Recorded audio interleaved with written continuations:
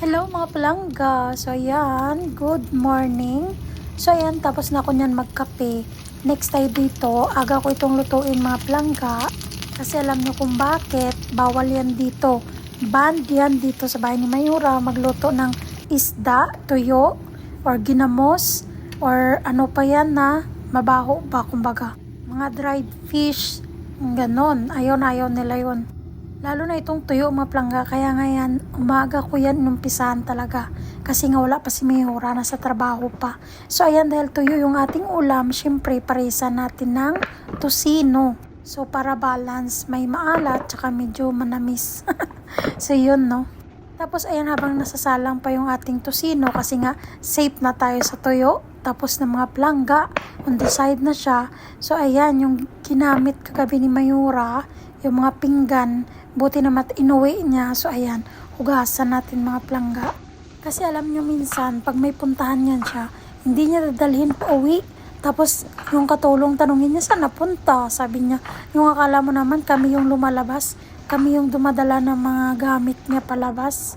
Ay nako na lang talaga. Kaya ayan, kung mga related mga OFW dito, no? So ayan, pag ako naman, tinatandaan ko talaga yan mga palangga, para at least may panlaban ako pag magtanong sa saan napunta. Ganon. Kasi nga ikaw man talaga mapahanapin niya. Yung parang buang ka din maghanap na wala ka din namang hanapin. Ay, nako na lang. So ayan no, ito yung ating tosino, 'di ba? Pinutol-putol ko na yan siya mga palangga. Tapos tinusok ko yan kasi nga noon, nalala ko nung nagluto ako, hindi pala luto yung sa loob niya mga palangga, yung sa gitnaan niya ba. So ayan, tinusok ko yan para at least sigurado tayong luto. So ayan, 'di ba? Naglagay ako ng suka at saka siling powder. Oh, ay nako, ang sarap ng aking ulam mga palangga. Maglaway na muna kayo ngayon. Charot lang. So ayan, may natira siya. Another day na naman yan mga palangga. O ganon, tipid tayo, no? So yun na nga, ano bang sinasabi ko sa inyo? Hindi talaga siya nagsasawa sa egg sandwich na yan mga palangga. Ganon din, egg sandwich din yung na-request niya ngayong araw. So 3 days na yun mga palangga, pang 3 days niya na ngayon. So bukas tingnan natin. So ito naman, ito ding isa na to, macarona din. Ito yung sa bunso, ito mga palangga. Tapos nagpa-request na naman siya ng extra spicy daw. Ay nako, bahala siya kasi ngayong spicy namin dito hindi masyadong maanghang. So yun na nga, nagpabili na talaga ako mga palangga. Hindi na abutan ng umaga, nagpabili ako kasi nga nag-request ulit ito ng macarona. Ito namang ate niya, yung dalaga mga palangga. Ay nako, second macarona na to mga palangga. So ayan, ganun din, pink pasta ba yan tawag nila dito. So ayan, dinamihan ko na kunti para dalhan ko na yung si Mayura ng kanya ba mga palangga. Gamitan ko na naman ng mindset kasi hindi siya nagpagawa ng pagkain. Kaya ayan, 2 plato yan mga palangga kasi kay Mayura yan, tsaka sa anak niya. Wala siya kung hindi siya kumain, basta importante nagawan siya ba. Tapos dito naman tayo, naubusan na kami ng itlog. So dahil naubusan na, nag-molds na yung lagayan namin, siyempre, siguro, time niya na siguro itong linisan ba. Linisan mo natin mga palangga. Nagpabili na din ako kasi nga, yung amo naming lalaki, every morning talaga siya nagkakain ng itlog. Ayan, pero siya lang din nagluluto. Hindi ko alam kung bakit siya ganon. Siya ba, bagong routine pagtapos Ramadan. Tsaka nga aga kasi nagigising mga palangga, kaya ayan, nagbe-breakfast siya muna siguro, tapos aalis. So yan na nga, lagyan natin ng tissue kasi nga syempre yung itlog nila dito, hindi naman siguro ito nahugasan. So ayan, lagyan natin ng tissue bago ilagay yung itlog. So 30 yan siya mga palangga. Syempre isang tray din, katulad din dyan yung tray no. Plastic pala yung tray nila dito ng itlog mga palangga. So ayan, pwede mo lagyan ng tubig, lagay sa freezer, o diba may ice ka na, ice molder ba tawag dyan. So ayan, ready na yung ating itlog. Balik na natin sa ref.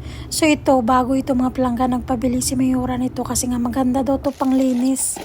Ewan ko sino naman nagchismis sa kanya ng ganyan. Tapos ito na nga mga palangga, siningit ko na din itong pang spray no. Kaya ayan, napalitan na din yung ating spray kasi marami na rin pinabili ko para at least yung isa pang spray sa glass, yung isa tubig, tapos yung isa Clorox. Ito na nga mga palangga. So Clorox pala yung pangalan ng Sunrox nila dito sa mga palangga. Kaya ayan, 1 galon talaga yung pinapabili ko kasi nga maganda naman talaga siya pang linis talaga. Lalo at puro puti pa naman yung bahay ni Mayora ito. So ngayon nga maglinis ako niyan mga planggao, 'di ba? Mantika na kasi yan na parang natuyo na ba. So ngayon bawasan natin yan mga planggao. Hindi naman ultimo na linisin natin sobrayan kasi nga syempre maglaan tayo ng energy natin, no? Kasi nga syempre marami pa tayong trabahuhin na iba. So yan boss lang ba kumbaga.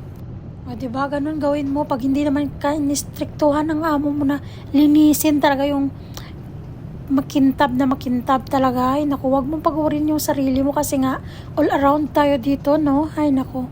So yun na nga yung ginagawa ko. So ngayon wala pa naman akong tinatrabaho. Tsaka gabi na, linisin ko muna ito bago tayo makyat sa taas. Nilinis ko ito noon mga plangga pero ilang months na din na hindi ko rin nilinis ulit. Kasi nga, syempre pag may order, ganon. Hindi lang naman tayo kasi nagtatrabaho sa loob ng bahay. Lumalabas pa ako, ganon. May negosyo pa si Mayora na iba. So minsan hindi talaga matutukan. Pero ngayon, syempre ngayong gabi, ayan linisan ko na kasi nga nagpabili din naman si Mayora ng panglinis yung nasa pink na yon. Maganda daw yun. So ayan, subukan natin mga plangga kay maganda daw yun panglinis. Matanggal daw lahat ng dumi. Kaya nga, sige nga, try natin. Syempre parang magana ka din naman magtrabaho kasi nga syempre bago yung gamit, o diba? So ito na nga, hindi pa nga ako tapos maglinis. Ayan, may pagkain na dumating. So ayan, ano yan, bigay ng anak ni Mayora na babae. Nag-restaurant ata sila. So ayan, sabi niya for you daw. Ay nako, thank you naman at nakalala kayo. Galit pa, no? So ayan na nga, no, fast forward, o diba nabawasan naman kunti, oh. Ay, naku mga plangga, kapagod din. So, yan, naglinis na din ako dyan sa kusina. Tapos, ayun lang.